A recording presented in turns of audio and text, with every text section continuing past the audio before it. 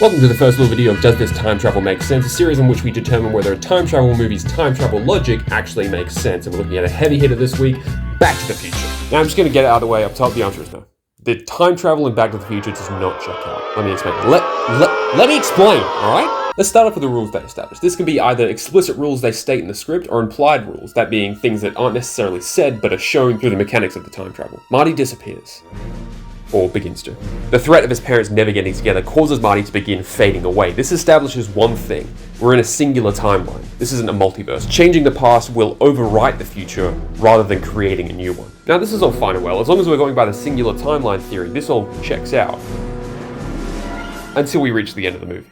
See, the film ends with Marty returning to a slightly altered future. His dad is now a cool famous author and Biff has become a dweeb, but Marty still remembers the original timeline. Mom, we talked about this, but how can I go to the lake? Car's wrecked. Wrecked?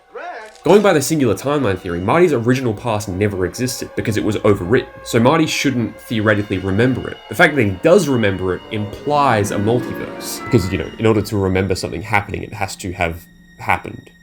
Marty remembering the original timeline means that the timeline still happened, and therefore there is more than one timeline. And if he's created a new timeline rather than overriding the old one, then he shouldn't have faded away because his original timeline was at no threat of being destroyed. Essentially, they've set up a singular rewritable timeline, but are operating by the rules of a multiverse. Two mutually exclusive, opposing concepts. But here's the thing.